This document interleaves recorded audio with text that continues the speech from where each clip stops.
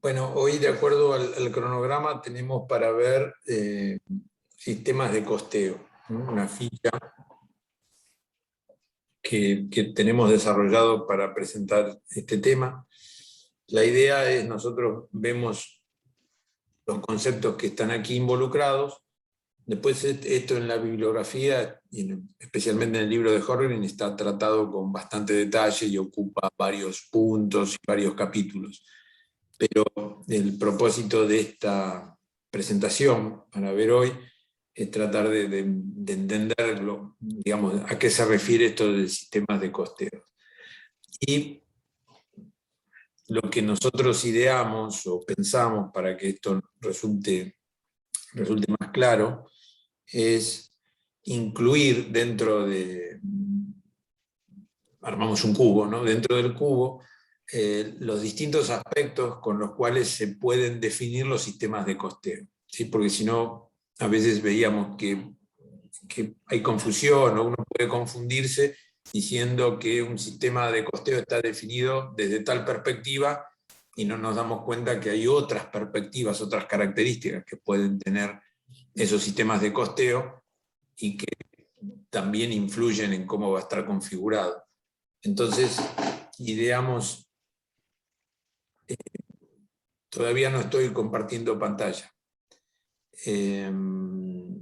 ideamos este sistema, este método, ¿sí? Que lo hicimos en un cubo para poner en el cubo 3 dimensiones, ¿sí? En el cubo hay 3 dimensiones, cada una de esas dimensiones define un tipo de característica, y entonces nosotros podríamos tener la combinación de esas 3 dimensiones, la cantidad de sistemas distintos que podríamos armar con este análisis. Entonces, de un lado hay tres aspectos, una dimensión se divide en 3, el otro en 3 y el otro en 2. 3 por 3, 9, 2 por 9, 18. Es decir, que este cubo nos mostraría 18 sistemas de costos diferentes, definidos de acuerdo a cómo se va a elegir cada una de estas perspectivas. Entonces no quiere decir que una forma de ver los sistemas de costeo reemplace a la otra, pero dentro de cada perspectiva, si elegís una, no está la otra. Pero bueno, para que lo veamos más en concreto, vamos directamente a la presentación. Ustedes la tienen, esta presentación, en el campus. La tienen abierto en 3 o 4 partes porque era muy pesado el archivo, en un solo archivo con el audio, porque tienen audio. También. Acá está.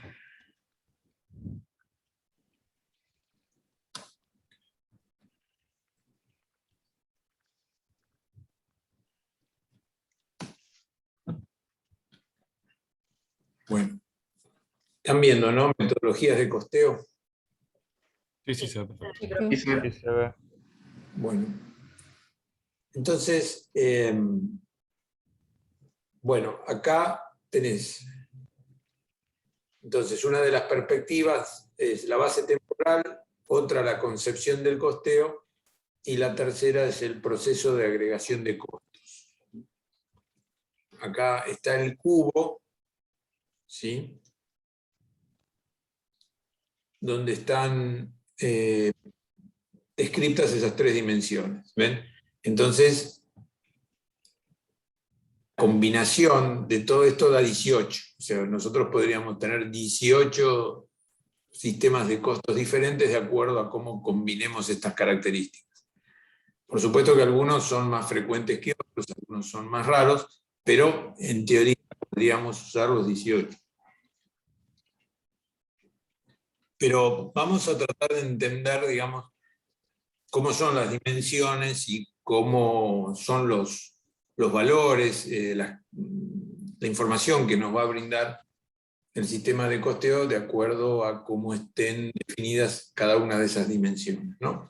Entonces, la primera que vamos a ver es la que llamamos dimensión temporal, que abarca esto, ¿no? Costeo histórico, costeo predeterminado y costeo estándar. Hay más, ¿sí?, variantes dentro de esta perspectiva, pero nosotros vamos a concentrarnos en mostrar solamente estas tres, y principalmente vamos a hablar de las dos primeras, ¿sí? Pero sepan que existen más. Bueno, la dimensión temporal apunta a mostrar costos teniendo en cuenta el momento en que nosotros hacemos los análisis o los cálculos de los costos con respecto al momento en que efectivamente esos costos se van a incurrir o van a generarse. Por eso, un primer abordaje de esto es el costeo en base histórica. El costeo de lo que ocurrió, costeo de base histórica o costeo resultante. Esto es lo primero que se hizo. ¿En qué consiste? Si, bueno, yo voy soportando los diferentes costos, y al final, cuando termino el producto, calculo cuáles fueron los costos que me costó producir ese producto. Las primeras técnicas de costeo se organizaron en torno a esto. Si, bueno, cuánto vale una mesa que voy a fabricar, o un traje que voy a hacer, o lo que fuere, entonces voy comprando materia prima y voy calculando el tiempo de trabajo y lo que vale el tiempo de trabajo que se destinó a producir esos bienes. Estos fueron los dos primeros ítems de costos que se analizaron. ¿Por qué? Porque eran los más relevantes. Los costos indirectos tenían poco peso. ¿Por qué tenían poco peso los costos indirectos? Porque en realidad había poca maquinaria, por ejemplo, entonces había pocas amortizaciones para cargar a la producción, ¿no? Por decir un caso. Entonces los costos indirectos de las operaciones aparecieron después, ¿sí? Y cada vez tienen mayor relevancia, pero en el pasado no eran muy relevantes. Para fabricar algo no había que tener muchas herramientas ni maquinarias, sino había que tener la materia prima y el trabajo que se le agregaba para hacer el producto. Entonces, el histórico calculó esos tres primero. Es un cálculo ex post, ¿sí? Porque se hace después de los costos de haber realizado la producción, y estos factores que intervienen en los costos, o sea, el monetario, la plata, lo que cuesta, el físico apunta a las cantidades de insumos que se van a utilizar, o sea, la cantidad de materia prima que se va a utilizar, las horas de trabajo que se van a poner se van a volcar a la producción, ¿sí? Las horas de funcionamiento de las máquinas que se necesitan para hacer la producción, y el nivel de actividad de mis instalaciones, de mi instalación, de mi planta, del sector donde estoy calculando los costos, ¿sí? Del área, del departamento donde estoy calculando los costos. Todo eso evaluado en función de lo que realmente ocurrió, ¿sí? O sea, al posicionarme ex post, después de que pasaron las cosas, veo lo que realmente ocurrió. Entonces así calculo los costos históricos o resultantes, que estaban, ven, dentro del cubo, esta primera parte. La información de la parte monetaria que nosotros utilizamos para calcular estos costos se obtiene de la contabilidad financiera, porque en definitiva yo estoy basándome en los costos y los gastos que fueron incurridos, entonces la contabilidad lo refleja y esa es una fuente de información para calcular el costeo en base histórica.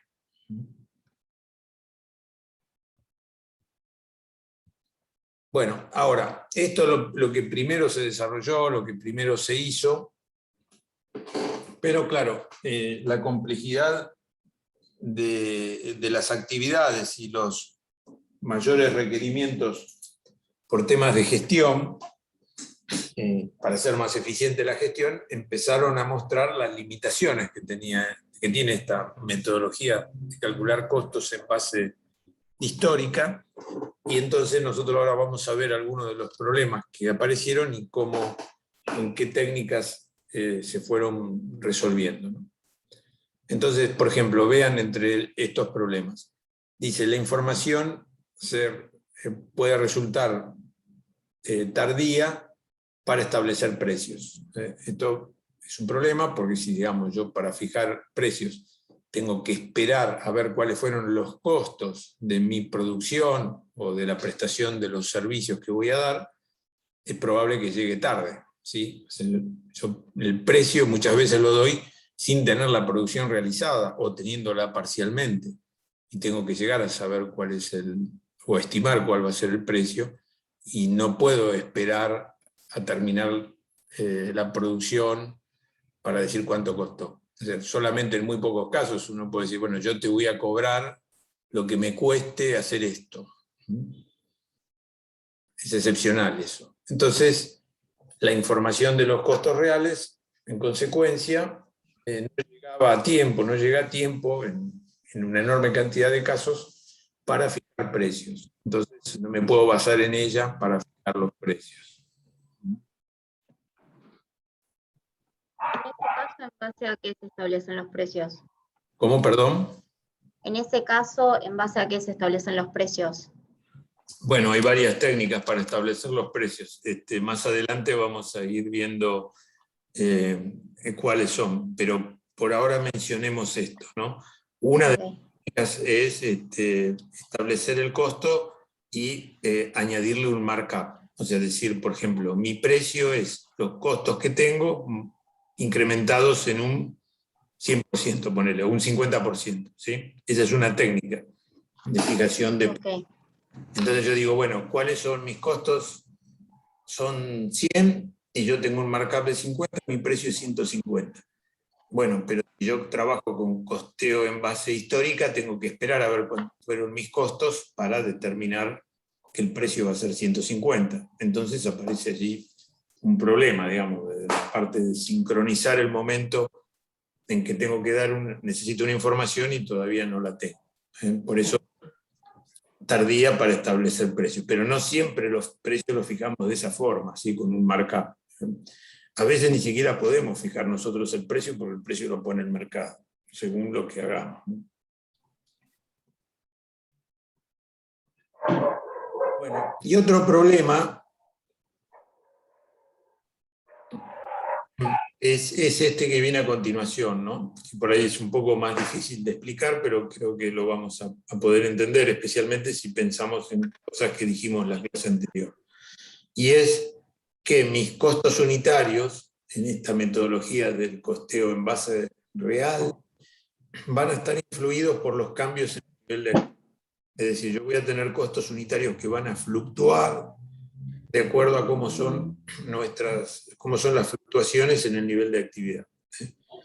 Por ejemplo, si hago mucha producción, o sea, tengo un nivel de actividad más alto, mi costo unitario va a ser más bajo.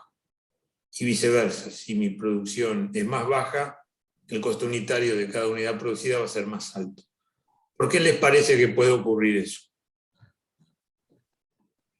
Wow, que ¿Por al los ser costos fijos?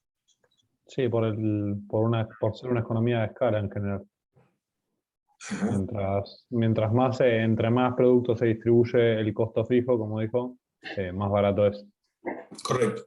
Es lo que vimos en la reunión anterior, ¿no? La semana pasada, que dijimos, bueno, el costo total es lo mismo, cualquiera sea el nivel de producción, pero no es lo mismo en la incidencia unitaria. O sea, si mis costos fijos son 1000 y hago 1000 unidades, a cada unidad le toca 1, ¿sí? Pero si en lugar de 1000 unidades hago 100 unidades, a cada unidad le toca 10.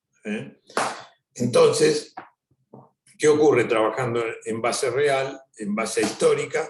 Y es que si me cambian los niveles de actividad, me van a ir cambiando los costos unitarios, ¿no? Lo cual es una distorsión porque en definitiva los costos que yo tengo, y principalmente vistos en relación con la determinación de mis precios, no tienen que estar o no tendrían que estar incididos por los cambios en el nivel de actividad. Yo tendría que tratar de despejar este factor para que no provoque distorsión.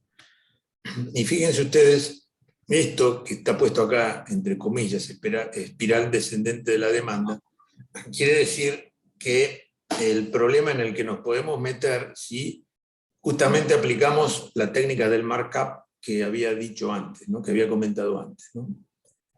Supongamos que arrancamos con el costo del otro mes, que era 100, costo unitario 100, markup 50 me dio un precio de 150, ¿sí? Pero al mes siguiente produje menos unidades, porque no logré vender lo que había producido, entonces produzco menos unidades. Al producir menos unidades, ¿qué va a pasar? El costo unitario de cada una de esas unidades va a aumentar, ¿sí? Si aumenta el costo unitario, por ejemplo, pasa a ser ahora de 120, en lugar de 100, 120, yo le pongo un markup del 50%, voy a estar en un precio de venta de 180. Pero tal vez con ese precio de venta de 180 todavía estoy menos competitivo que antes, porque en el mercado están vendiendo a 120, ni a 150 ni a 180, están vendiendo a 120. Entonces, ¿qué me va a pasar? Voy a vender menos todavía, ¿sí? Y si hago de vuelta la misma cuenta, porque ahora voy a producir menos, porque no estoy vendiendo tanto como antes, bajo mi nivel de actividad, todavía me va a pasar que voy a tener costos unitarios más altos y el problema se va haciendo una espiral, ¿sí? Dice espiral descendente de la demanda, porque la demanda se me va cayendo a medida que voy aumentando los precios, porque tengo costos unitarios más altos en raíz de que me va disminuyendo el nivel de actividad. ¿Se llegó a ver esto? Perdón. No entendí bien esto del aplicar el markup. No entendí. O sea, ¿Qué es markup? o sea, no entiendo cómo se traslada al mes siguiente sin ponerle que aumente 50 pesos o 50%, eso no lo entendí bien. No, markup es una técnica de fijación de precio que significa que a los costos que tenés le adicionás un porcentaje. Solamente eso. Entonces yo que digo es, en el mes 1 mi costo es 100, mi markup es 50%, el precio de venta es 150. En el mes 2 mis costos unitarios son 120, con el markup de 50% se me va a 180. Solo es eso. Ah, perfecto. Entonces, si yo tengo un mismo nivel de actividad, el markup va a seguir siendo el mismo. O sea, voy a tener claro, el mismo. porque el markup es un porcentaje. Si no te cambió el nivel de actividad y ningún otro factor cambió, bueno, vos vas a mantener el precio, mantener el costo y mantener el precio. Esto justamente es que te quedan los costos expuestos a variaciones, a cambios, a distorsiones, en función de los cambios en el nivel de actividad. Y no es correcto que suceda eso, porque las variaciones en el nivel de actividad conviene que no impacten en tus costos, porque te puede implicar también una distorsión en tus precios. Y para que no impacten en los costos hay que separarlas. O sea, los problemas que se nos ocasionan generalmente son porque no llegué a los niveles de actividad previstos, ¿sí? Por no llegar a los niveles de actividad previstos, los costos que se ocasionan por eso, no es bueno que lo carguen las unidades que se han producido. Es decir, si yo tengo capacidad para hacer 1000 unidades, ¿sí? Y tengo costos relacionados con la capacidad para producir 1000 unidades, no es correcto que si produzco 500 unidades, esas 500 unidades se carguen con todos los costos. Si mi planta es para hacer 1000 unidades, pero yo justo un mes hago solo 500, no es correcto que esas 500 se carguen con la amortización de una planta enorme que es para hacer 1000 unidades. Perfecto. Gracias, profe. Por favor, el sentido de este tema, ¿no?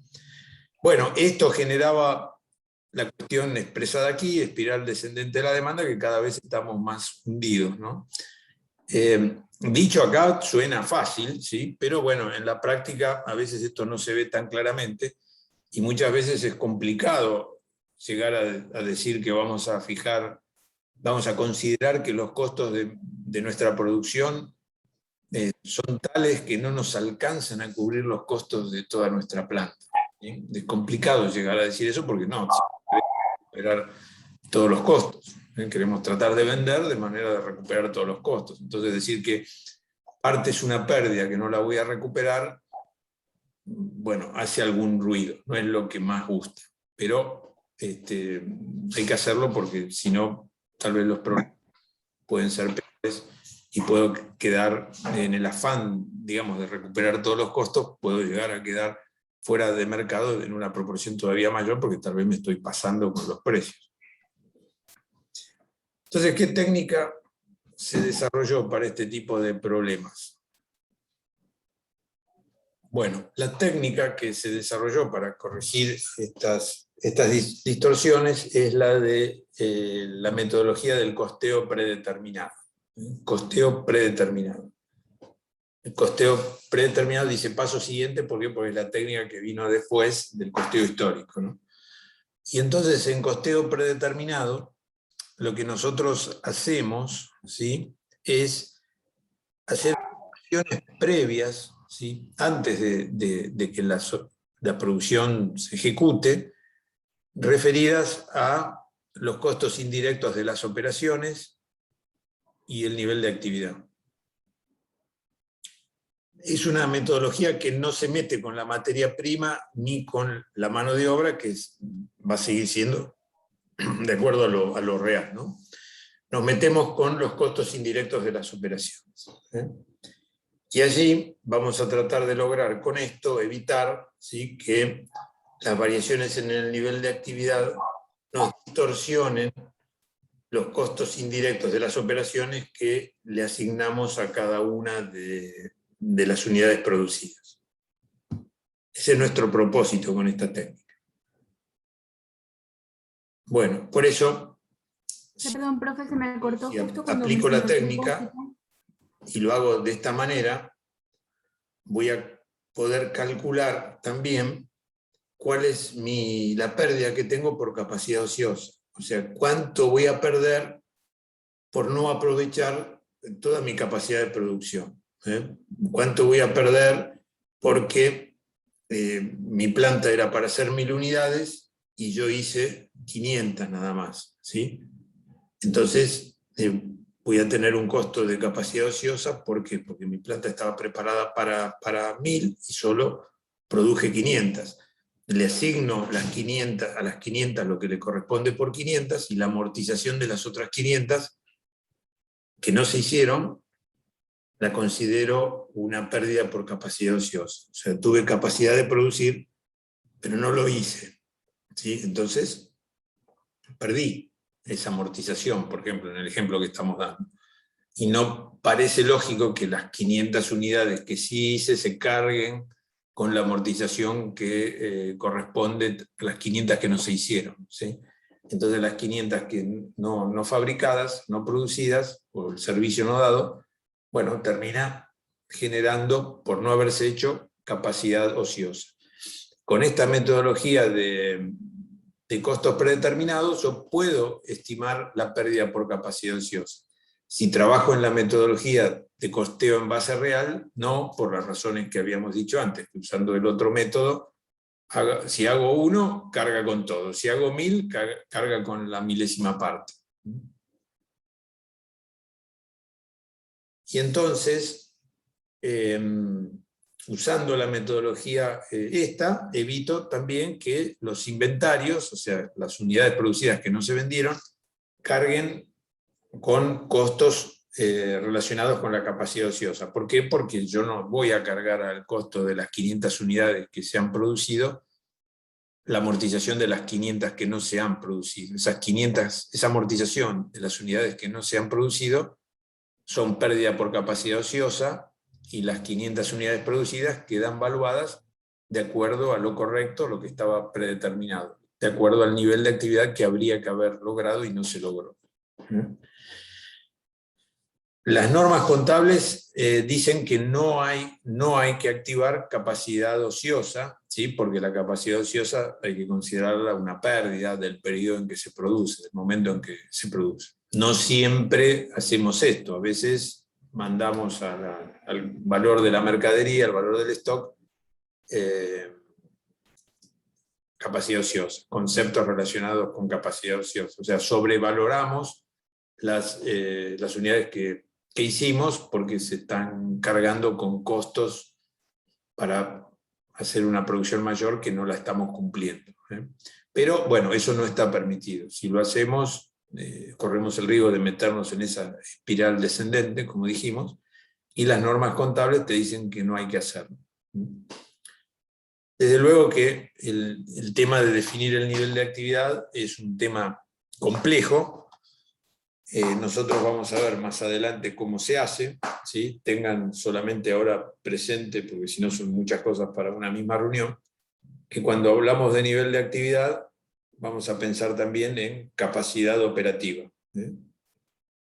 La capacidad operativa es lo que puedo hacer, nivel de actividad es lo que preveo hacer en un determinado periodo, ¿sí? Entonces el nivel de actividad prevista, y después tendré nivel de actividad real, que es lo que finalmente hice, finalmente lo que logré hacer.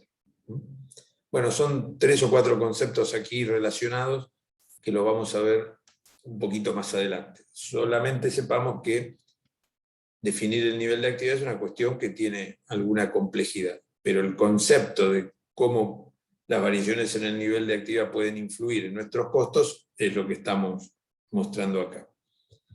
Y ahora vamos a ver directamente un ejemplo de cómo funciona esta metodología de costeo predeterminado. Es un ejemplo sencillo, pero es importante que lo veamos y lo entendamos, ¿no? Porque lo vamos a usar mucho a lo largo del curso, y entonces es bueno que lo comprendamos desde un primer momento.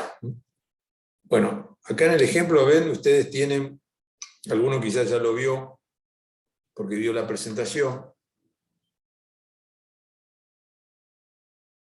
Bueno, supongo que le va a resultar más sencillo, espero que no le resulte aburrido.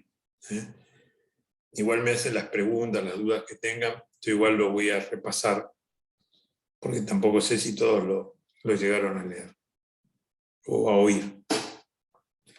Pero vean cómo está volcado lo que estábamos diciendo, ¿no? Hay unas estimaciones ex ante, o sea que son preliminares, antes de que ocurran las operaciones, ¿no? ¿Y qué determino de antemano? Bueno, estoy trabajando en carga fabril, o sea, en costos indirectos de las operaciones, y lo tengo abierto en variable y fijo, ¿sí? Recuerden ustedes que siempre decíamos que los costos indirectos son predominantemente fijos, pero también puede haber variables. Bueno, caben fijo es 300 y variable es 30. Esto es una estimación presupuestaria, es lo que yo estimo que voy a tener de costos totales, ¿sí? De carga fabril variable y de carga fabril fija, los totales. Y acá hay una estimación de lo que considero que es el nivel de actividad adecuado, normal, bueno, puede tener distintos nombres según los autores, según el método, pero digamos que es el nivel de actividad normal y previsto. Preveo hacer esto porque lo considero normal. 15.000, acá supongamos que son 15.000 unidades de producto, pero no siempre el nivel de actividad se mide en unidades de producto, a veces hay que medirlo en horas de trabajo o en horas de funcionamiento de las maquinarias. ¿Por qué no en unidades de productos? Porque bueno, si yo en una misma planta hago productos distintos, de distinto tipo y diferentes entre sí, no tendría sentido tratarlos como si fueran iguales. Ahora, si hago un solo producto, no todo lo que hago, producto o servicio, es muy parecido entre sí, bueno, pues sí, puedo considerar que uno es igual al otro y que cuesta en la misma función. Este sería el nivel de actividad previsto, dijo, pero en realidad podría ser el real que sucedió anteriormente, porque sería ex ante esto, ¿no? Esto claro, es ex ante. Sí, puede llegar a ser el real. Ahora vamos a ver qué pasa si es el real, si el real alcanza las 15.000 o no alcanza. Pero desde ya, nosotros aspiramos a que en la realidad alcance lo que nosotros habíamos previsto, ¿no? Es lo que queremos que ocurra. Claro, pero yo había entendido que ex ante se refería a que todos estos datos eran históricos, o sea, de un periodo pasado, pero no es así. No, ex ante significa que está definido anteriormente del momento en que van a ocurrir las operaciones, ¿sí? Esto es previsto. Probablemente Entonces. tomemos como experiencia lo que nos haya ocurrido, pero no necesariamente va a ser el nivel de actividad que vamos a prever. Sí, Claro. lo que ya hicimos nos va a guiar, nos puede orientar, sí, la experiencia nos va a guiar, pero acá... El ex post sería lo real y el ex ante sería una previsión. La digamos. estimación, exactamente. Perfecto. Ujú. Listo, gracias. Que puede estar, que una de las fuentes de información para elaborar esto es la experiencia anterior.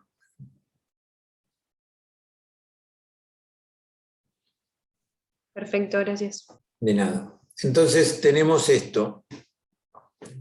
Tenemos el presupuesto que está definido en términos monetarios, el nivel de actividad que casi siempre es una medida física, unidades, horas de trabajo, las máquinas, y después el cálculo de una tasa. La tasa siempre es una relación, ¿sí? Es un cociente, donde hay numerador y denominador. Y lo más frecuente es que haya un numerador monetario, ¿sí? Esto siempre es así, y en el denominador casi siempre tenemos una medida física. En general no es conveniente calcular tasas donde numerador y denominador son medidas monetarias, ¿sí? Entonces, numerador con pesos, denominador con una medida física, en este caso unidades. Y la tasa es el cociente. ¿Qué quiere decir esto? Entonces, es que por cada unidad de producto, yo considero que hay 2 pesos de carga fabril variable. Y por cada unidad de producto, considero que hay 20 pesos de carga fabril fija. Calculado con esta estimación presupuestaria y calculado con este nivel de actividad. Esta información que preparo antes de ejecutar las operaciones es la que voy a utilizar para costear los costos del pedido que estoy analizando. Esto supongamos lo calculo en julio, el 20 de julio, y esto lo utilizo para, como tasa de cálculo de los costos de la carga fabril para mi producción de agosto. Bueno, a agosto le queda un día, pero bueno, supongamos para agosto. Ahora, ¿qué puede pasar en agosto? Puede cumplirse esto y puedo llegar a tener estos costos durante agosto y este nivel de actividad durante agosto. ¿Cómo voy a asignar los costos? Bueno, yo no sé cuáles van a ser al final del camino los costos reales en plata, pero sí voy a ir asignando a la producción en la cual voy avanzando los costos sobre la base de las tasas que he calculado, ¿sí? Probablemente al final del mes llegue a 15.000, pero supongamos que solo llegué a 12.000 unidades, los costos aplicados a la producción por estas 12.000 unidades que logré hacer en agosto van a ser 12.000 por 2, 24.000 de carga fabril variable. Y 12.000 por 20 de carga fabril fija. Entonces voy a tener 240. La aplicación que habré hecho, ¿sí? Durante el mes de agosto es de 264.000 pesos para esas 12.000 unidades, donde cada una de esas unidades tiene 2 pesos por carga fabril variable y 20 pesos por carga fabril fija. ¿Ven? Tiene aunque hayan sido 12.000 unidades. Ya Una consulta, las 12.000 unidades, ¿no? Las 12.000 que habla de nivel de actividad real, ¿es un dato que te dan o eso te... Perdón, ¿un dato que te dan o qué? ¿O es algo que se tiene que calcular? No entiendo dónde salen las 12.000. No, 12.000 es el dato de la realidad, es la producción que se hizo en agosto. Ah, ok. Es un cálculo, es una información, un dato que se recoge de acuerdo al nivel de producción que se logró. Ok, gracias. De nada. Entonces ven, nosotros con este razonamiento, donde nosotros queremos asignarle costos a nuestras unidades, independientemente de que haya variaciones en el nivel de actividad, ¿sí? Vamos a asignarle los costos a estas 12.000 unidades con esta metodología, y todas ellas tienen 2 de variable unitario, ¿no? Y 20 de fijo unitario. Y en total dan 264.000. Eso es lo que considero como carga fabril para la producción realizada en el mes de agosto, que fue determinado de acuerdo a las pautas definidas ex ante, con las cuales armé un presupuesto, establecí un nivel de actividad y fijé una tasa. Después, en la realidad, bueno, ya estoy viendo que no logré el nivel de actividad previsto, estoy debajo, el nivel de actividad real es menor, ya me doy cuenta que va a haber un problema, y tal vez tenga algún otro problema relacionado con las estimaciones presupuestarias, porque tal vez no acerté cómo iban a ser los costos. Bueno, entonces vamos a ver cómo vamos desagregando esto. Tenemos entonces esto, en base a las 12.000 unidades y la tasa, el costo por carga fabril que asigno a la producción es 264.000. Pero también tengo información ex post que me dicen los costos reales, o sea, cuánto fue lo que realmente hubo que soportar de costos durante el mes de agosto. Y esa información, pues la tengo el 2 de septiembre, me dice que los variables totales fueron 25.000 y los fijos totales fueron 310.000. Entonces los costos reales por carga fabril fueron 335.000. Si yo estuviera trabajando en modelo en base real, ¿qué haría? ¿Cómo asignaría esos 335.000? ¿Aumentando los precios? Bueno, agarraría y diría 335.000 dividido 12.000 y diría el costo por carga fabril de cada unidad. Pero no fue lo que hice, ¿sí? Porque así estaría calculando un costo más alto del que yo quiero considerar trabajando con costos predeterminados, porque yo cargué como carga fabril 264.000 y no 335.000. Hay una diferencia bastante apreciable entre un monto y otro monto, ¿sí? ¿Cuál es el monto que cargo, que mando al costo del producto? Ponele que no vendí ninguno, que van a quedar como valor de stock, esto, 264.000. Lo que realmente hubo que soportar, que fue esto, 335.000. La diferencia, ese desvío, esa variación, es una pérdida. No la cargo al costo de los productos. Si lo cargo al costo de los productos, ya me metería en el sistema de costeo en base real. No estaría haciendo o utilizando este análisis que estamos haciendo acá. A mí no me queda claro el ex post y el nivel de actividad real. O sea, el ex post no sería ya lo real, digamos. Sí, claro. Este nivel de actividad real es también un dato ex post, digamos, no es ex ante. Sí, es un dato del periodo, sí. Pero es como un dato intermedio, porque este dato lo vas utilizando para cargar a la producción del periodo en base a las tasas. Claro, las tasas que se formaron con los datos ex ante, digamos. Y no entiendo de dónde sale la diferencia entre 335.000 y 264.000, no me quedó claro. Bueno, esto es lo que vos aplicaste a la producción, al costo de la producción, sobre la base de este nivel de actividad real y estas tasas, y esto es un dato que te estoy dando yo, digamos, que sale de la contabilidad. No es un cálculo que hayamos hecho. ¿Y para qué quiero yo como un Sí, porque dato? ponele que esto es la realidad. Es decir, son los costos reales, todo es la realidad.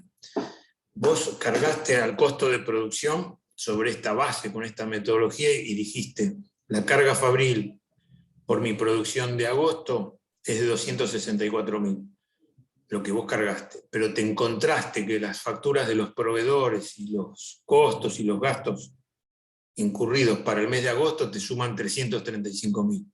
Tenés una diferencia, porque vos decís que la producción te costó por carga fabril 264.000, pero los papeles te dicen que fueron 335.000. Los costos reales te dan valor y los costos aplicados que hiciste acá te dan otro valor. Entonces hay una diferencia. ¿Qué hace Claro, o sea, esa diferencia? los costos aplicados es lo que yo pienso que le corresponde a cada unidad. Exacto. Y vos es pensarlo y aplicarlo, y hacerlo. Es el valor que le asignás a la producción por carga fabril, en esta metodología. Ok, perfecto. Ok, porque si no lo haces así, ¿para qué lo haces? Digamos, si finalmente después vas a tomar 335, ¿para qué te molestaste en hacer todo esto?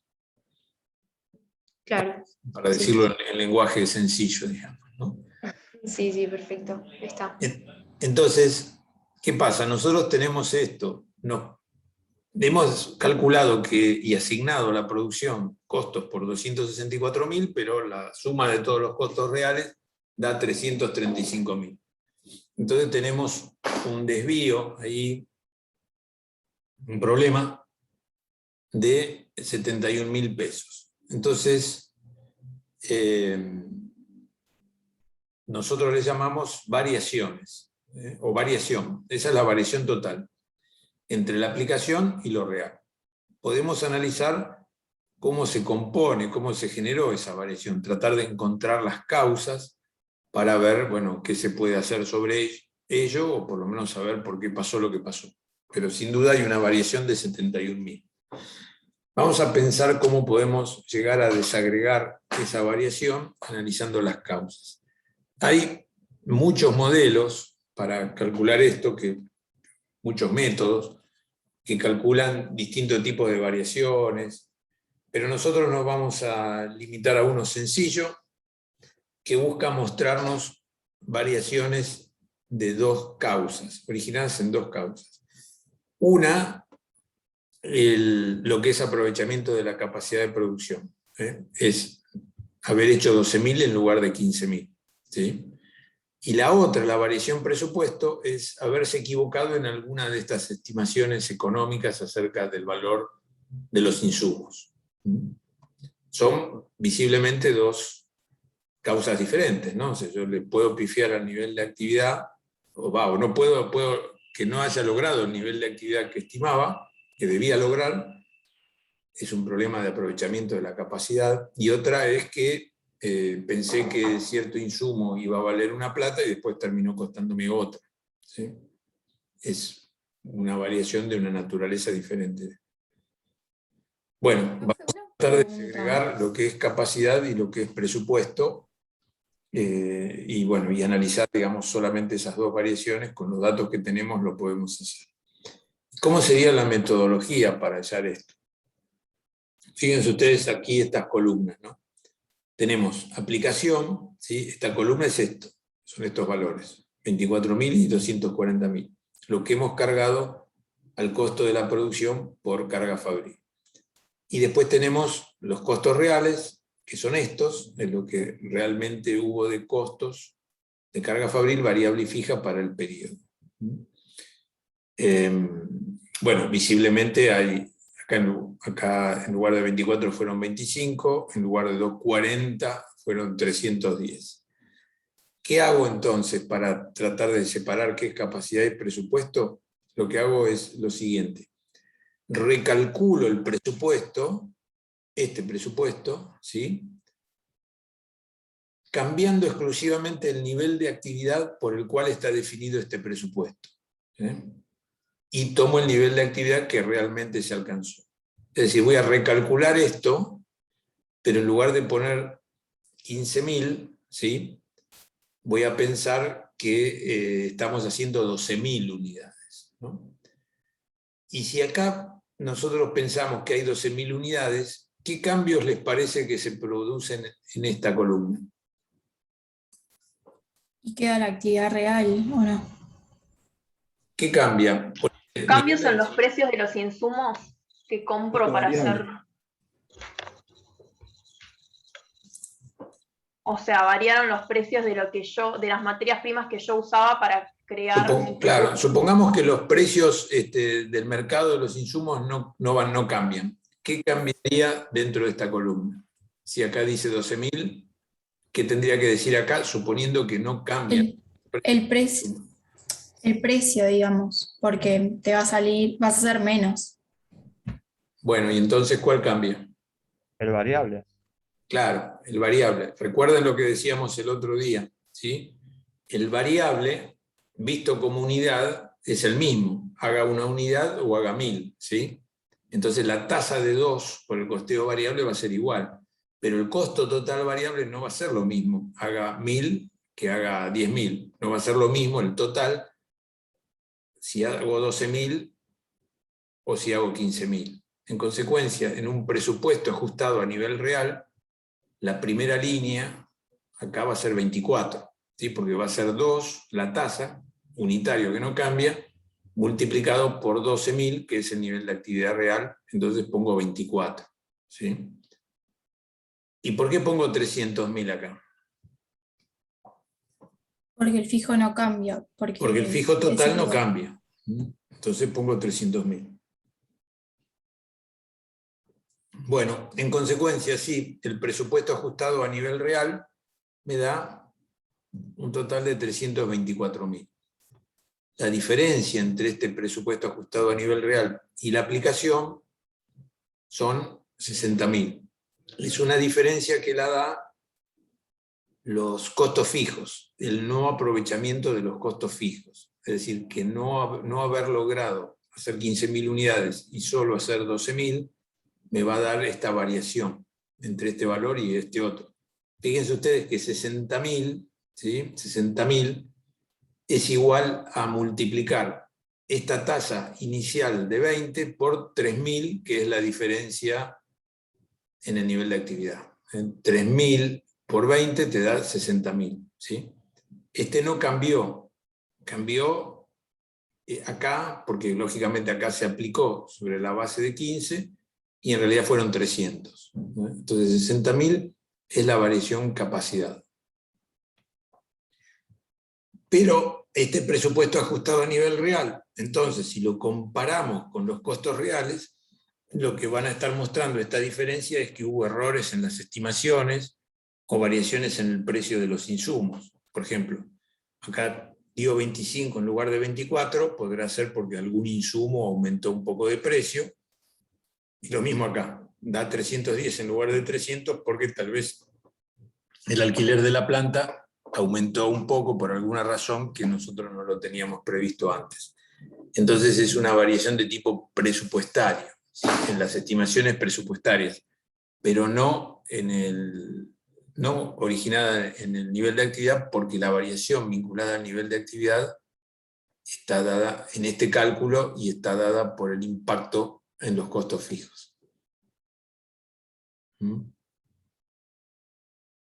¿Se llegó a ver? Sí.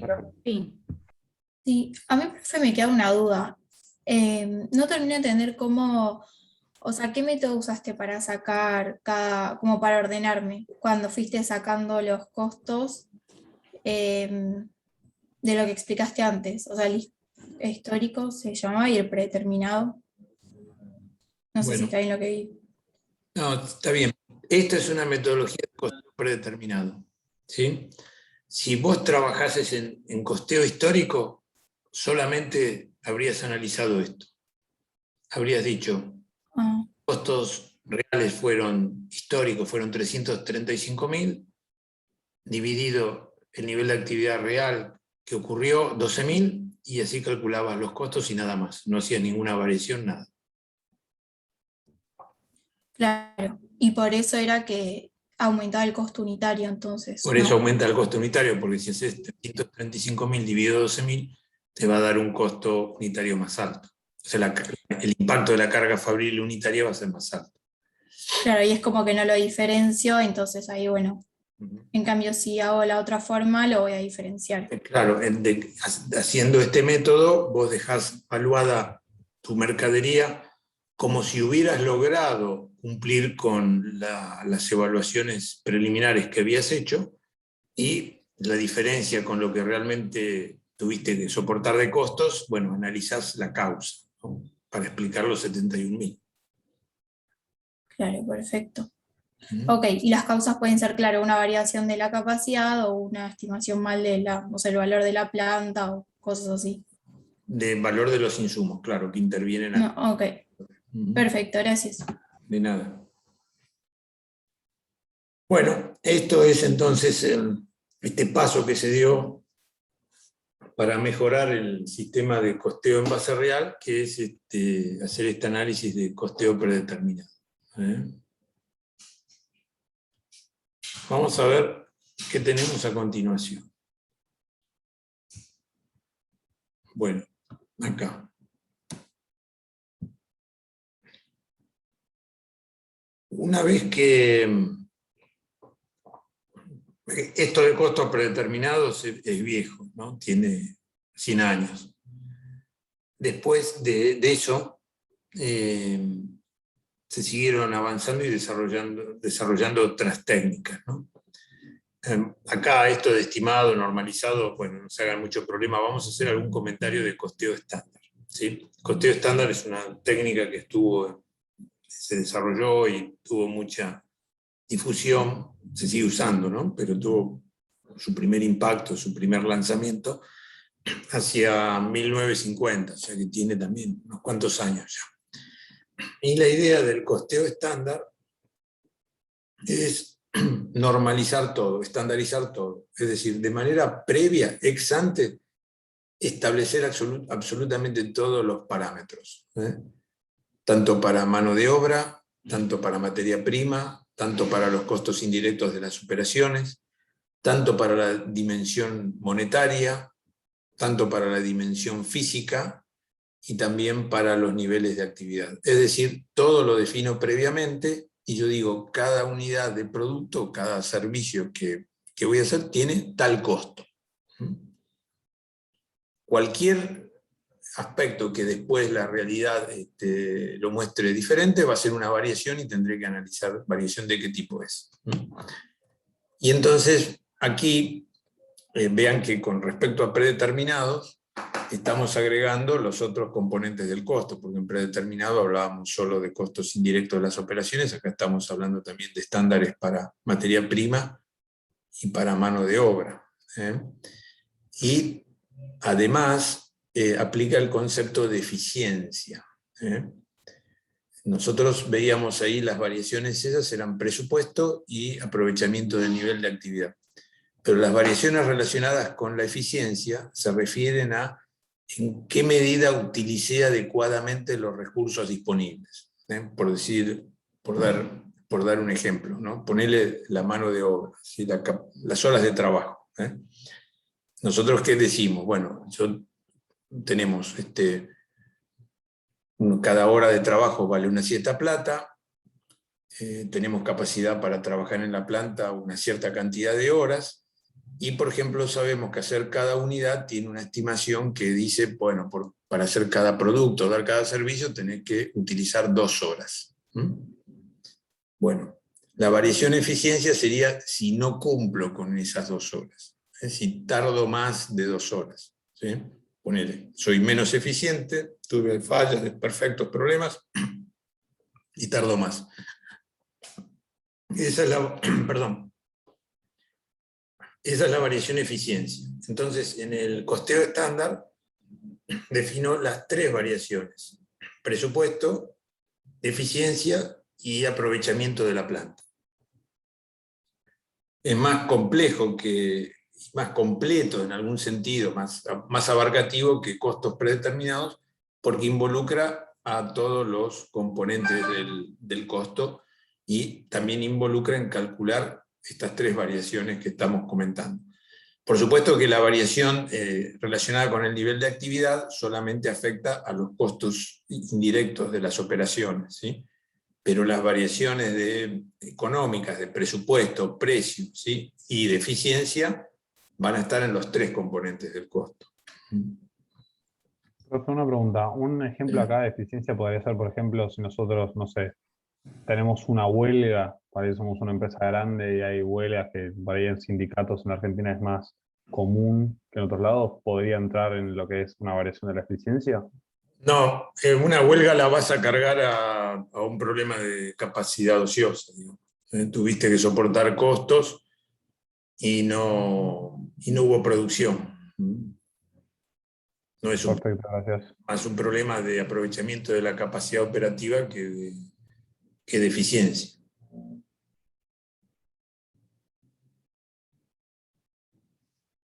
¿De acuerdo? Sí, sí, gracias. Perfecto.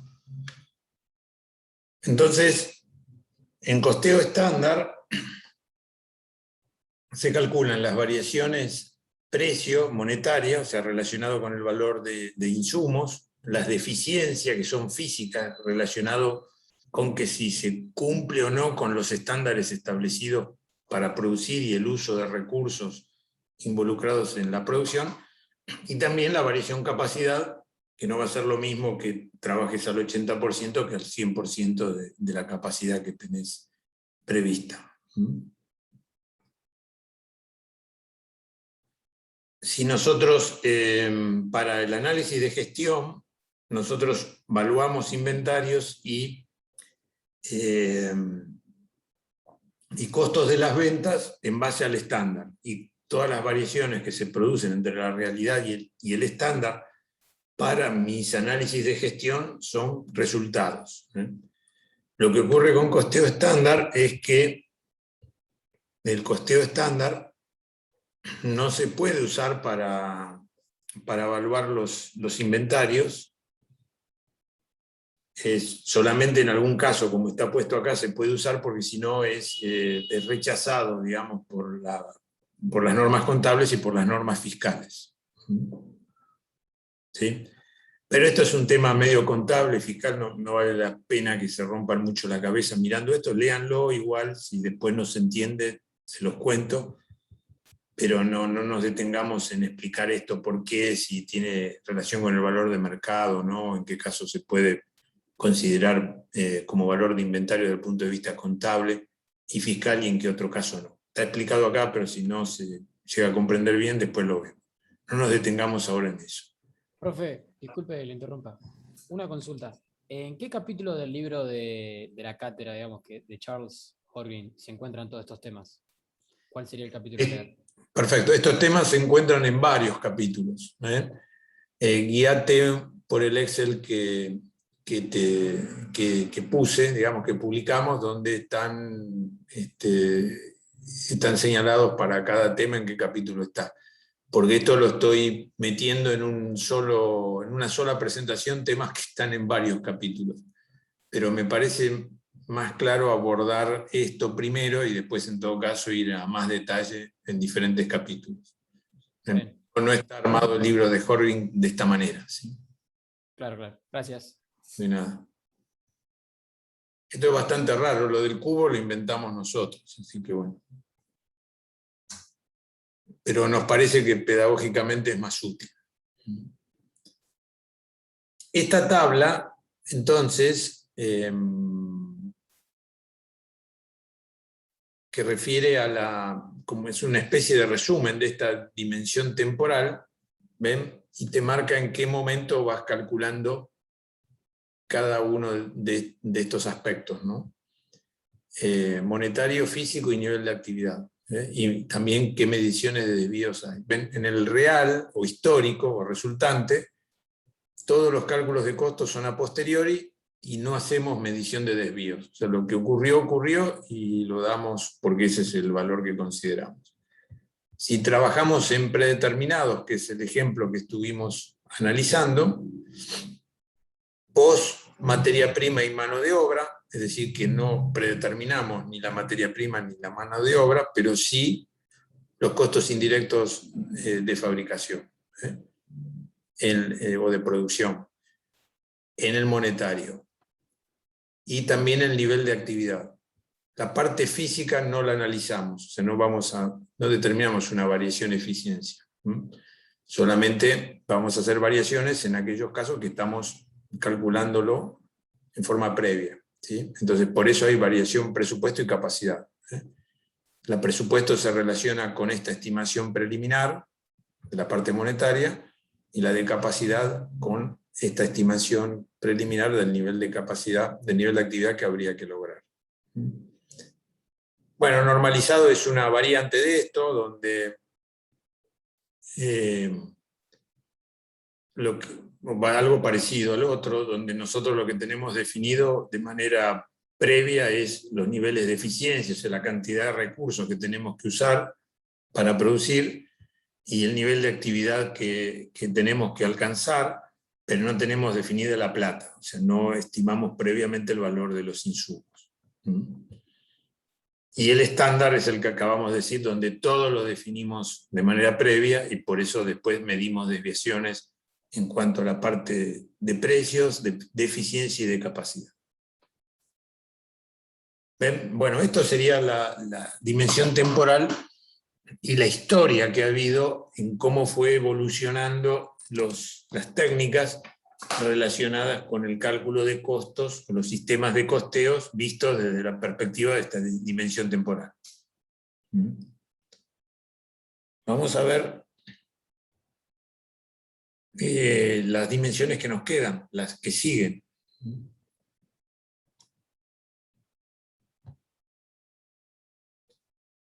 Si me quieren hacer alguna pregunta, díganmelo, si no yo paso a la siguiente, que es la dimensión de la concepción del sistema de costeo. Acá había dos, ¿sí? Hablamos de costeo por absorción o completo, uno, y el otro costeo variable. ¿Sí? Costeo por absorción o completo y costeo variable. El costeo por absorción o completo consiste en que al costo de los productos o servicios les vamos a asignar los tres factores del costo, materia prima, mano de obra y costos indirectos, tanto el componente tanto el componente variable como el fijo. O sea, en el costo de mis productos y en el valor de mis inventarios, en costeo por absorción, tengo cargados tanto fijo como variable de la materia prima, de la mano de obra y de los costos indirectos. En cambio, en costeo variable, separo bien nítidamente, porque le voy a dar un tratamiento distinto a los costos variables de los costos fijos. Pero tanto sean costeos relacionados con la producción como que sean con alguna de las otras funciones del costo. La importancia en costeo variable es tener separado bien lo que es variable de lo que es físico, de lo que es fijo. O sea, el comportamiento de los costos en función de las variaciones en el nivel de actividad, el nivel de actividad, variable y fijo.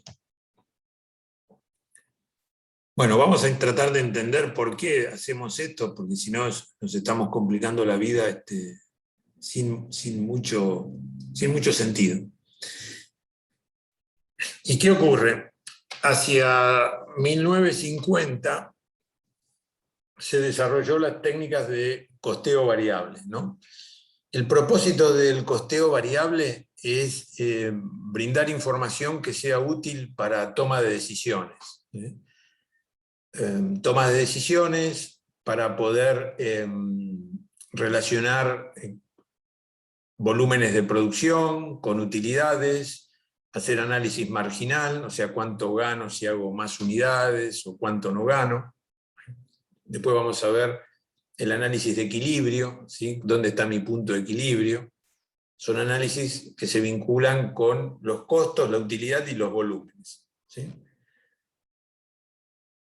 Son para toma de decisiones, son para gestión, porque el costeo variable no es una norma contable aceptada, o sea, no podés hacer un balance utilizando costeo variable, ni podés utilizarlo para pagar impuestos.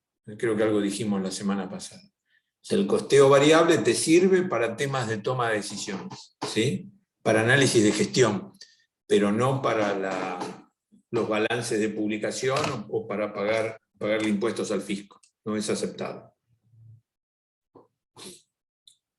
Vamos a ver Y para comprender un poco más las diferencias entre uno y otro, nos vamos a meter en cómo están armados los estados de resultados en un método y en el otro. En costeo por absorción o completo y en costeo variable. Vamos a ver línea por línea cómo se configura esto, porque eso nos ayuda a entender la diferencia entre uno y otro. Bueno, la venta, digamos, es lo mismo, ¿no? En un estado de resultados, las ventas va a ser igual en costeo por absorción que en costeo variable, ¿sí? Pero después ya hay diferencias. En costeo por absorción, nosotros tenemos el costo de ventas, ¿sí? Costo de la mercadería vendida o de los servicios brindados, donde en esos costos de producción o servicios, o de los servicios que damos, vamos a calcular los costos, ¿sí? Y tomamos tanto los variables como los fijos, ¿eh? Porque en el costeo que hacemos, en la metodología de costeo por absorción, calculamos el costo del producto de los servicios y ahí cargaremos componentes variables y componentes fijos. La diferencia entre la venta y el costo de ventas es el resultado bruto. Después, en un cuadro de resultados, restaré los costos de otras funciones, por ejemplo, comerciales y, por ejemplo, de administración. Tanto sean variables como fijos, porque habrá algunos de ellos que son variables, otros que son fijos, pero acá lo resto sobre la base de que resto del resultado bruto los costos de las otras funciones, que no las considero costos de los productos. Llego al resultado antes de impuestos, bueno, impuesto a las ganancias y resultado final. ¿Qué pasa en costeo variable? En costeo variable de la venta, lo que resto son todos los costos variables, pero no solo los que están ligados a la producción, sino también los demás, ¿eh? Si hay costo variable en los costos de comerciales, lo resto acá también, y si hipotéticamente hubiera en costo de administración alguna parte variable, lo tengo que restar acá también. Generalmente lo que se presenta con mayor frecuencia es variabilidad en los costos comerciales porque se relaciona con comisiones o algún tipo de paga que nosotros hacemos en función de las ventas. Y la diferencia entre ventas y los costos variables es contribución marginal. O sea, no es resultado bruto, es contribución marginal, ¿sí? Concepto distinto, ¿eh? Al resultado bruto, ¿sí? Es venta menos costos variables, ¿sí? Visto desde la perspectiva total o unitaria. Total será contribución marginal total, unitario será contribución marginal unitaria. A esta contribución marginal le resto todos los costos fijos, tanto los de producción, donde antes, recuerden, los costos fijos de producción estaban metidos acá, ahora van a estar acá, todos los costos fijos, los de producción, los de administración, los de comercialización, todos los que hubiere, llego al resultado antes de impuestos, impuesto a la ganancia, resultado final. ¿Qué opinan ustedes? ¿Da lo mismo o no da lo mismo uno que otro? Profesor, los costos fijos del costeo variable son por los costos totales se hayan vendido el producto, ¿no? Exacto. Ah. Es todo el costo fijo. El costo fijo se considera un cargo del periodo, nunca va a ir al activo, ¿sí? O sea, siempre va a ser un resultado.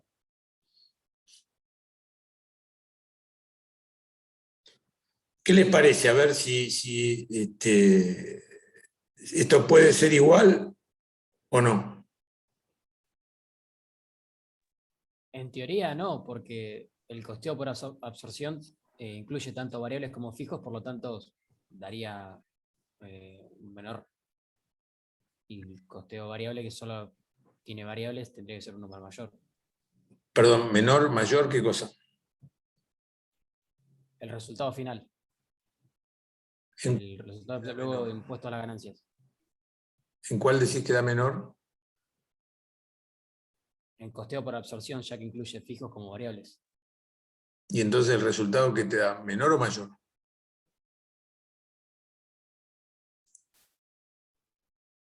Es viceversa, es al contrario, como está diciendo el compañero. Me perdí. Claro, mayor en absorción. claro, porque se ve al revés, ¿no? Si tenés más costos, tenés menos resultado, ¿sí? Entonces, si tenés más costos, tenés menos ganancias. Si tenés menos costos, tenés más ganancias. Lo presentaste cambiándolo. No traten, bueno, tener eso presente, ¿no? O sea, si yo aumento los costos, lo que hago es bajar el resultado, porque los costos están restando, entonces bajo la ganancia. En general, es así como ustedes están diciendo, el costeo por absorción da un resultado mayor que costeo variable, pero en algunos casos podría dar igual, o menor excepcionalmente. Ahora en el ejemplo lo vamos a ver, pero antes de ir al ejemplo, un par de comentarios sobre esto, ¿no? Para indagar, a ver por qué da mayor y por qué da menor. Bueno, veamos esto. La evaluación de la producción vendida o en stock es diferente. O sea, ya lo vimos, ¿no? O sea, no evaluamos lo mismo mi mercadería vendida o mercadería en stock porque el tratamiento que le doy al componente fijo de los costos de producción es distinto. En absorción la considero esos costos fijos parte del costo del producto, ¿sí? Entonces si no lo vendí lo tengo en el activo de la empresa, ¿sí? Mientras que en variable siempre es resultado negativo los costos fijos de la producción. Por eso, la evaluación de la producción vendida en stock es diferente. En costeo variable no hay costos fijos en el valor de la producción. Siempre son cargos del periodo.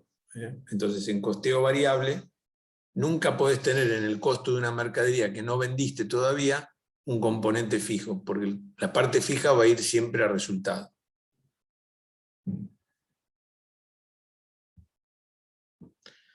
Y esa situación te trae esta implicación, ¿no?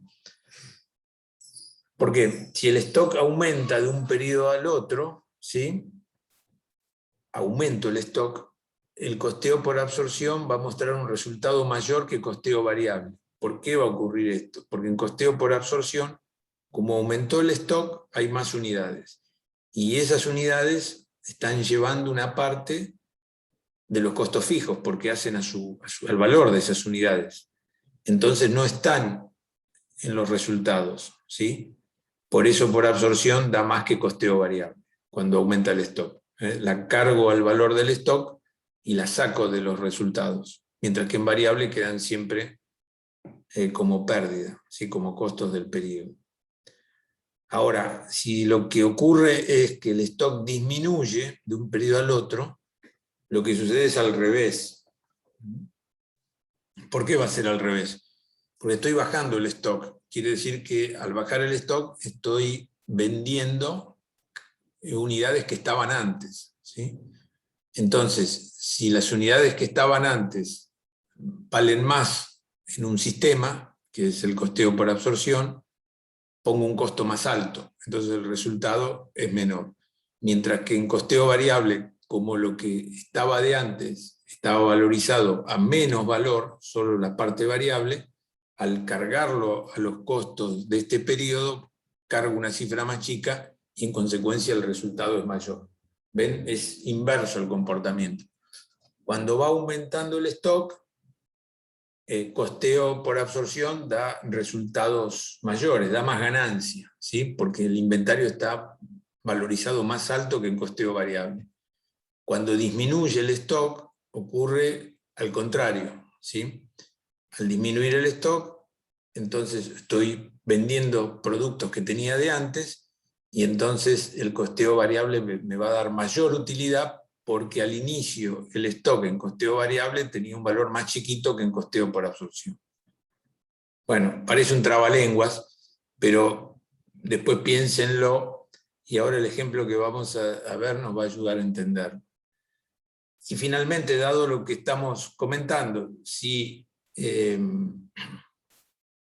estoy mirando varios periodos y arranco de stock al momento cero, un stock nulo, stock cero, y al momento último también cero, la sumatoria de los resultados de esos periodos va a dar igual. O sea, si arranco en 0 y termino en 0, los dos métodos dan lo mismo. Si es en un solo periodo, ¿sí? Bueno, el resultado de esos dos cuadros de resultados va a ser igual. Si ponele que es un mes, donde no había stock inicial ni final, me da lo mismo. Estarán agrupados diferentes, ¿sí? Porque no es lo mismo el resultado bruto que la contribución marginal, pero la última línea, el resultado final va a ser igual.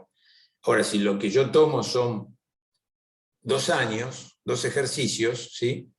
Arranqué en 0, aumenté el stock y después vendí, terminé en 0 porque cerré, digamos, voy de 0 a 0, al final del periodo 1 no va a dar lo mismo. O sea, el periodo 1 va a dar una forma de unos resultados distintos, dará más absorción que variable, y en el periodo 2 dará más variable que absorción. La suma de los dos dará igual, ¿sí? En la línea de abajo, pero no cada uno de los periodos considerados separadamente.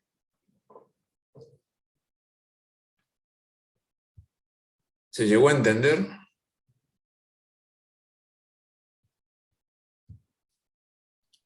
Sí, profe. Bueno, dale. Igual con el ejemplo se va a ver, creo yo, más claramente. Bueno, acá está una comparación. Acá nosotros lo que vamos a tratar de analizar es metodología de absorción versus metodología variable, y vamos a trabajar en base real o resultante. ¿Ven? Estamos analizando dos facetas del cubo. ¿Recuerdan? Bueno, en la temporal vamos a trabajar en base real, en los dos casos. Y en la de la concepción del sistema de costeo, vamos a ver acá absorción y después variable. Es para comparar cómo juegan absorción y variable en dos periodos distintos. Es el propósito de mostrar en un ejemplo lo que acabamos de decir de manera un poco teórica. Ahora lo vamos a tratar de mostrar en un ejemplo. Por eso observen cómo está planteado el ejemplo, ¿no? Te dice, stock inicial en el periodo 1, 0. O sea, arrancamos de 0. En el periodo 1 vamos a producir 12.000 unidades y vamos a vender 10.000. En consecuencia nos van a quedar 2.000 de stock al final del periodo 1. En el periodo 2 vamos a arrancar con 2.000 unidades, que es la existencia inicial al final. La existencia inicial del periodo 2 es la existencia final del periodo 1. Y en el periodo 2 vamos a producir 10.000, pero vamos a vender 12.000. Vamos a vender las 2.000 que había al inicio, más las 10.000 que produje en este periodo, y en consecuencia el stock me va a dar 0. Al final del periodo 2 no tengo nada. Durante los dos periodos, la suma de ambos da que produje 22.000 y vendí 22.000.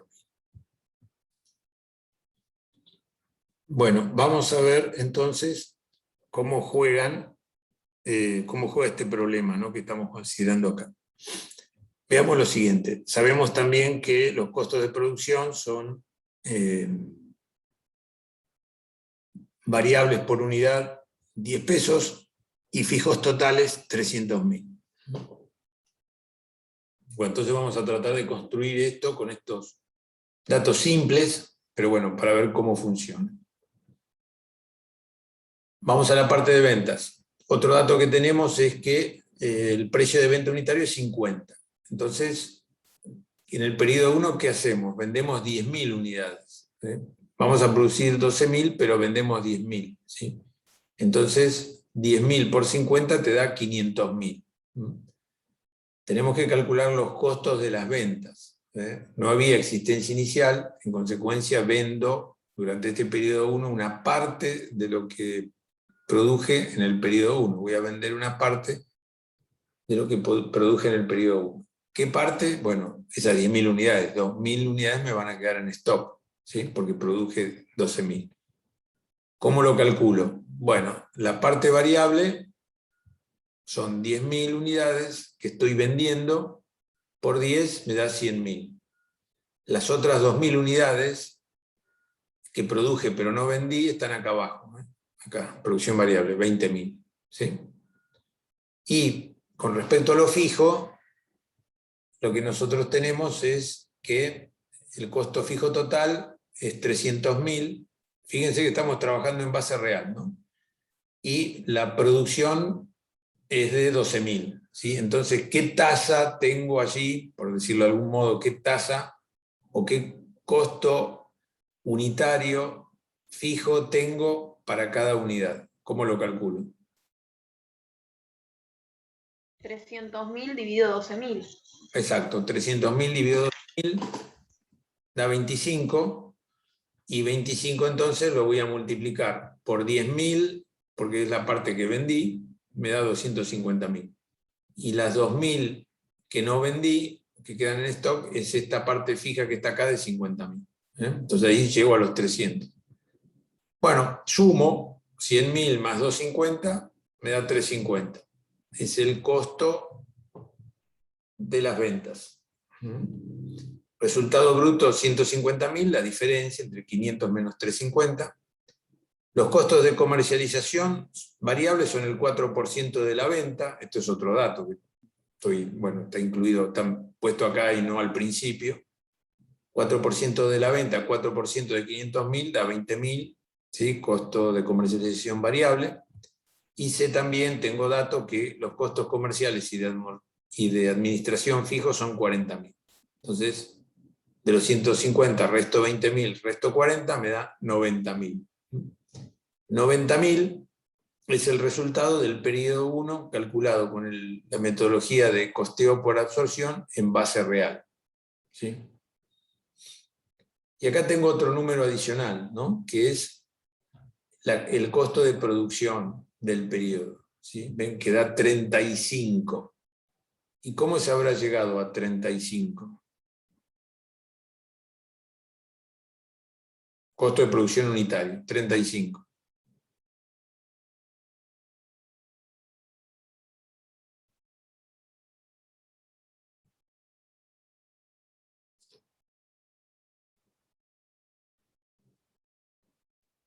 Y serán los costos de producción fijos divididos los 10.000 unidades vendidas. Bueno, una forma podría decir, ¿cuál es el costo de producción unitario? Bueno, sumo los costos de producción del periodo variables más los costos de producción del periodo fijo y lo divido por la cantidad de unidades producidas, ¿no? Entonces, si hacemos eso, ¿cuánto es? ¿Sí? Costos variables de producción totales del periodo, ¿cuántos son? 70.000. No, ¿por qué 70.000? 350.000. ¿Cómo? 350.000. No, ¿y por qué 350? ¿No es esa la suma entre los variables y los fijos? Está bien, pero yo te estoy preguntando, vos me estás diciendo 350 que es la producción vendida, la parte vendida, y la parte no vendida.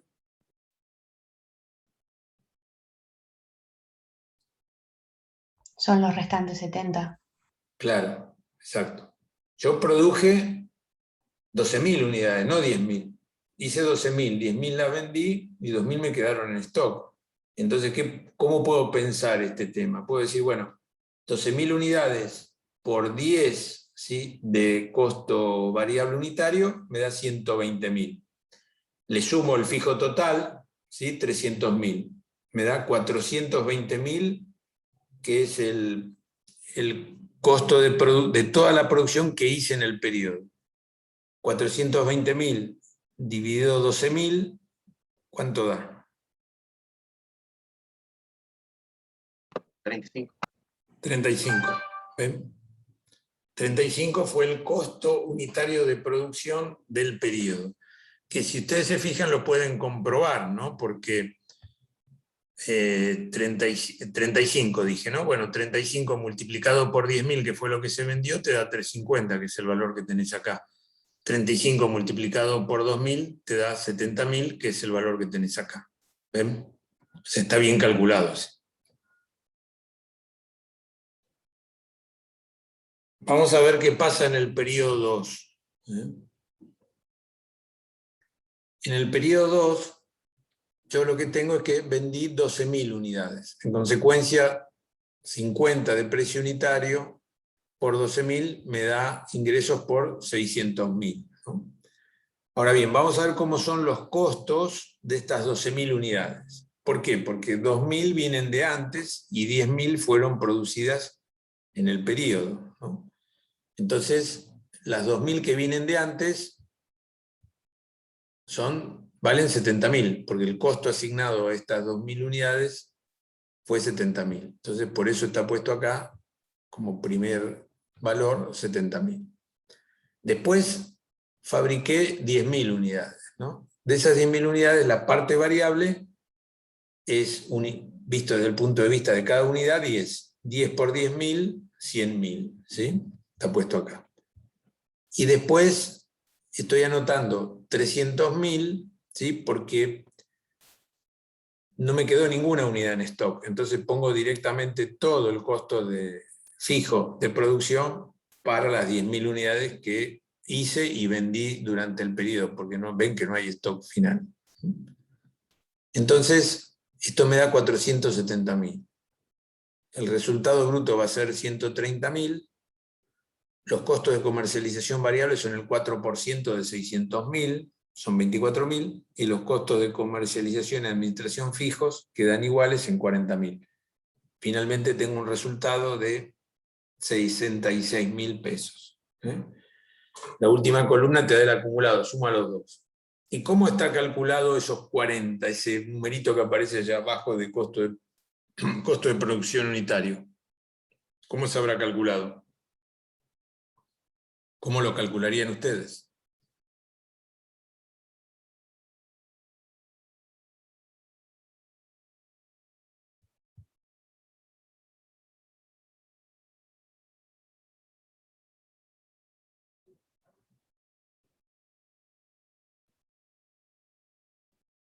Ahí estaba puesto, ¿no? En el chat. Costos totales para el periodo 2 dividido en unidades producidas. ¿Y cuáles son los costos totales para el periodo 2? De producción, ¿no? Costo de producción. 470.000. ¿Cómo? No, eso es costo de ventas. Estamos hablando de costo de producción. 400.000. Claro, acordate que los 70 eran unidades producidas antes, que las vendés ahora.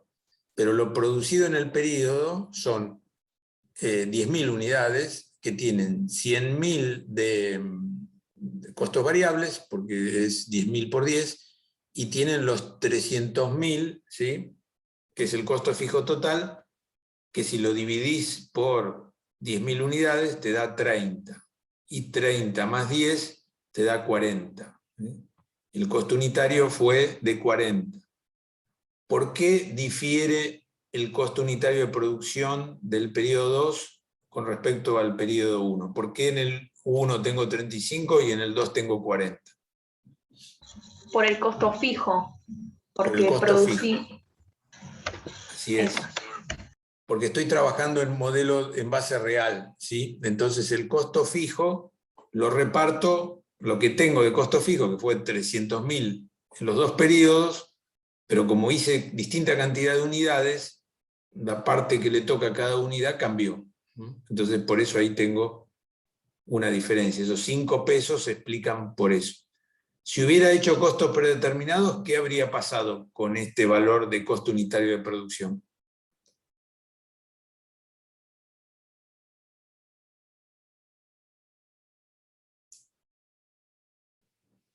¿Habría sido el mismo?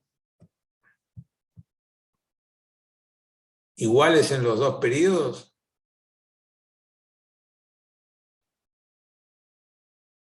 La pregunta que estoy haciendo es, si yo en lugar de usar base resultante, utilizo costo predeterminado y no cambio nada más, y mi nivel de actividad previsto es 12.000 unidades, ¿qué habría pasado acá, en esta línea? ¿Qué habría pasado en este valor? ¿No tendría el mismo precio anterior, pero más gastos?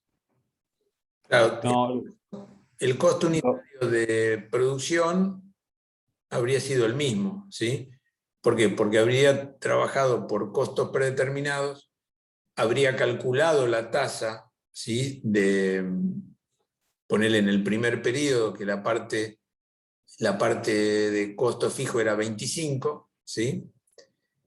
Y acá habría calculado sobre 25, ¿eh? Habría multiplicado 25 por 10.000, ¿sí? En lugar de 300 serían 250.000. Bueno, esos 50 habrían estado en una línea acá abajo como costos de capacidad ociosa, ¿sí? ¿De acuerdo? Pero no acá. No acá. Estarían acá como costo de capacidad ociosa, y acá no sería 40 abajo, sino sería 35. ¿Ven?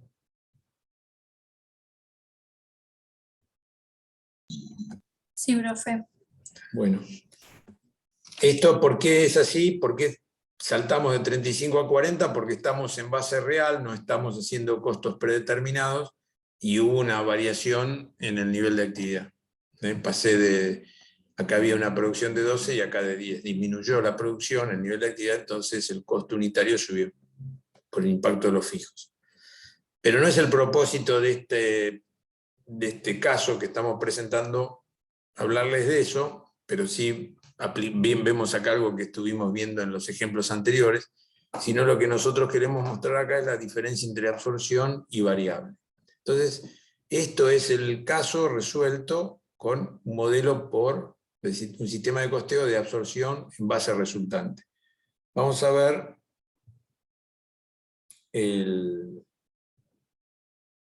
lo mismo, pero calculado por costeo variable. También base resultante o base real, pero por costeo variable. A ver qué pasa con esto. Entonces, veamos. Primera fila, las ventas son 500.000, ¿no? Lo mismo. Veamos qué pasa después con lo que voy poniendo, ¿no? Entonces, dice, existencia inicial no hay nada. Costeo variable de la producción, 100.000. ¿Sí? Tiene que concordar con los 100.000 de acá. Es lo mismo. Y después resto los costos variables de comercialización. Aunque no sean de producción, si son variables, lo tengo que restar. Son 20.000, recuerden, eran estos 20.000, ¿sí? Y así calculo los costos variables que hay, son 100 más 20, 120.000, y la contribución marginal es de 380.000, ¿sí? O sea, no es igual al resultado bruto. El resultado bruto era de 150.000, la contribución marginal es 380.000. A la contribución marginal le resto los costos fijos de producción, 300.000. ¿Ven? Es esto lo que le resto, esto. Sin separar nada, resto todo el costo fijo del periodo, y le resto los 40.000 que eran los fijos de administración y comercialización que estaban acá. Al final entonces me da un resultado de 40.000, ¿sí? Resultado de 40.000. Las 2.000 unidades que me quedan en stock las valúo solo por la parte variable, 2.000 por 10 me da 20.000. La contribución marginal, ¿sí? Es 38, que se obtiene de 380.000, que es la contribución marginal total, dividido las unidades vendidas, en este caso, ¿no? Que fueron 10.000, y me da 38. Ahora, vean ustedes, la misma situación con el tratamiento de costeo variable. Aumentó el stock, pasó de 0 a 2.000, y obtuve un resultado de 40.000 con esta metodología. En cambio, con costeo por absorción había obtenido un resultado de 90. ¿Ven? Se comprueba en el ejemplo que, como pasé de stock 0 a un stock más alto, costeo por absorción me dio un resultado mayor que costeo variable. Veamos qué pasa en el segundo periodo, donde ocurre lo contrario. El stock baja, queda en cero, o sea que vendo todo lo que había al inicio más todo lo que se produce en el periodo. Entonces tendré la venta igual, 600.000, y después tendré la existencia inicial, 20.000 es el valor que tiene. Profe, ¿te puedo interrumpir un segundo? Que no entiendo Sí. una cosa. El stock cero que dijiste, ¿dónde lo estás viendo? Que te queda esto, o sea, el stock en esta diapositiva. El stock cero va a ser al final del periodo 2. Y en el 1, o sea, no dice nada. En el otro Y en lo tenemos. claro, bueno, la existencia inicial, 0 acá, ¿no? Acá sería 0. Ah, ok, ok. Perfecto. Bueno, no está puesto el 0, pero acá Claro. ponele que hay un 0, ¿no? Ok. Por ahí eso va. la existencia inicial del periodo 2 es la final del 1, que son 20.000. Claro. Ahí va. Genial, gracias. De nada. Entonces, vean ustedes qué pasa en el periodo 2. La existencia inicial es 20.000, que es este valor de acá, que es un valor más chico que el que teníamos acá, que era 70.000. ¿Por qué este era más grande? Porque tenía la parte fija. Y ahora no tenemos en variable la parte fija. Le resto los costos variables de producción, ¿sí? Que son 100.000. ¿Por qué? Porque produje 100.000 unidades, ¿sí? Y después le resto los variables comerciales, que son 24.000, que están calculados sobre la venta, el 4% de 60.000, que es lo mismo. Bueno, y así obtengo 144.000. 600.000 menos 144.000 me da 456.000. Si 456.000 lo dividen por 12.000 unidades, que es las que están vendidas en este momento, van a ver que la contribución marginal sigue siendo la misma y es de 38. O sea, cada unidad contribuye marginalmente en 38 pesos, que es precio de venta unitario menos costos variables unitarios, todos los costos variables, ¿sí? Me da la contribución marginal unitaria. Es otra manera de llegar a eso. Que van a llegar igualmente a 38. ¿Sí? ¿Por qué? Porque es 50 menos 12. Lo variable tiene 10 de producción y 2 de comercial. ¿Por qué 2? Porque es 50 por el 4%. Entonces da 38. Bueno, ¿y qué sigo restando después? Después le resto todos los fijos de producción, que son 300.000, y todos los fijos de comercialización y administración, que son 40.000, me da 116.000. Entonces, con costeo variable, en este periodo 2 tengo un resultado de 116.000. Pero con las predicciones, con lo que decíamos antes, ¿qué significa que puedo decir acerca de esto, predecir acerca de esto? Bueno, este valor, ¿sí? En costeo variable, como está disminuyendo el stock, va a ser de un resultado más alto que en costeo por absorción. Bueno, efectivamente, acá fueron 66.000 y ahora tengo 116.000. Si ustedes suman los dos resultados, van a ver que son 156.000 en uno y en el otro. Al haber pasado de stock cero al principio a un stock cero al final de los dos periodos, llego a lo mismo, ¿sí? Pero en el medio no es lo mismo. En el medio cambió. El resultado del periodo 1 es diferente siguiendo un método que en el otro.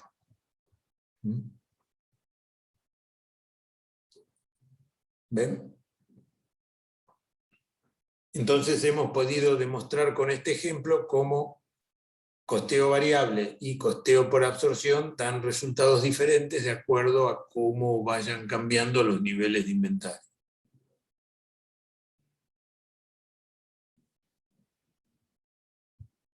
Bueno,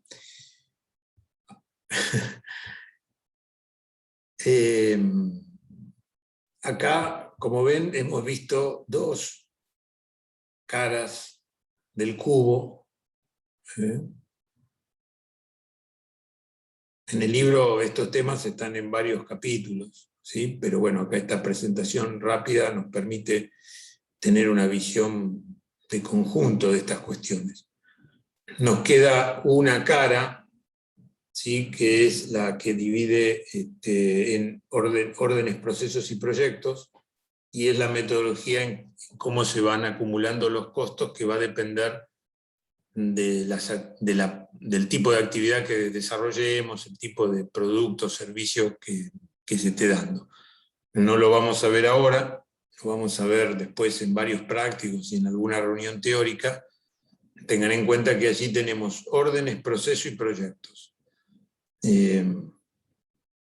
Por dar un ejemplo, el costeo por órdenes es la forma de costear en un taller mecánico, digamos, donde cada auto tiene una orden de trabajo y los costos se van asignando a esa orden y varía una orden de la otra, a menos que hagan lo mismo, digamos, pero en general no es lo mismo porque los trabajos que hay que hacer dependen de cada necesidad del cliente y por el cual armamos la orden, ¿no?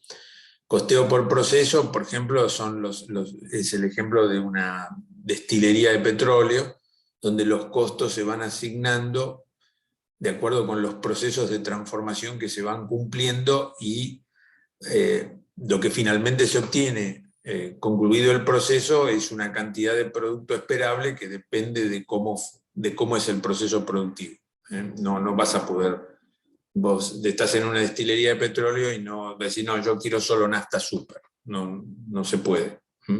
Entonces vos costeás por proceso y después finalmente el producto, los productos que vas a obtener y los costos que van a tener, bueno, van a depender de las características de ese proceso. Esto dicho de manera muy simple, pero bueno, para que vean un poco globalmente la diferencia.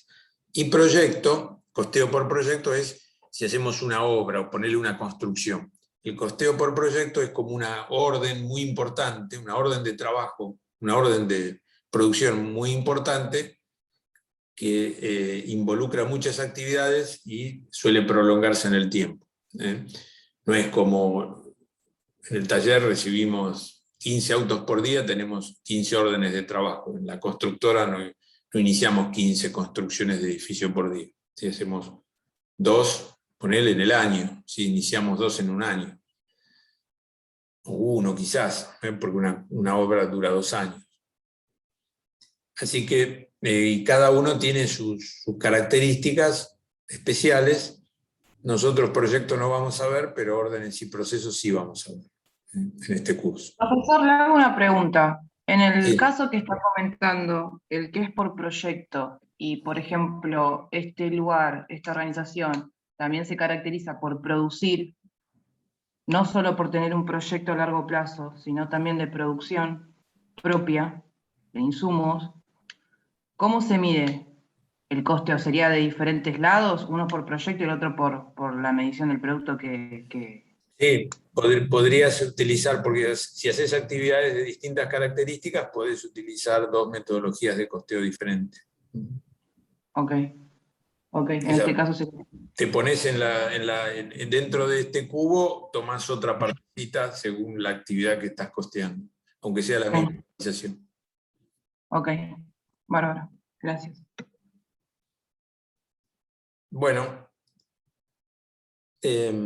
Bueno, si les parece, dejamos acá porque ya son las 9:06. ¿Sí?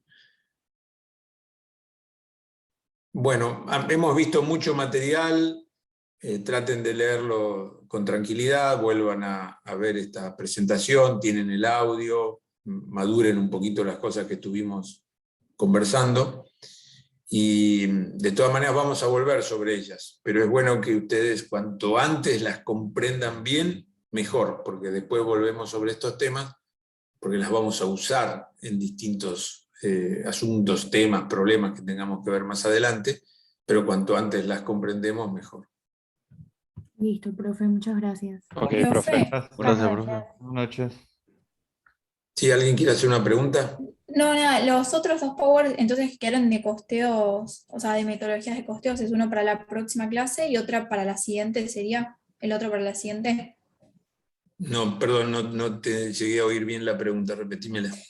Viste que este tema está ahí en 3 Power. No, hoy vimos todos los tres Power. Ah,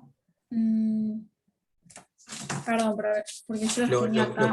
Lo que vos tenés en Sí. el campus dividido en 3, lo vimos junto hoy. Está dividido en 3 porque el audio pesa. Ok. Hoy vimos todo. Está bien. Si vos te bajás los 3 PowerPoint, vas a ver que primero tiene audio en 6 diapositivas, después el otro tiene otras 6. No, ya está, porque los había los tengo acá en hoja, pero nada, ya está, ya me di cuenta. Es igual, es lo mismo, vimos todo Ya. hoy. Está bien. Listo, ya me ubiqué. Listo, gracias, profe. De nada. Chau. Bueno. Chao, profe. Hasta Chau, el lunes. chicos. Que anden bien. Nos vemos. Gracias. Hasta Muchas luego. gracias, Chau, profe. chau. Hasta Hasta luego. luego. Hasta el lunes, gracias. Hasta el lunes.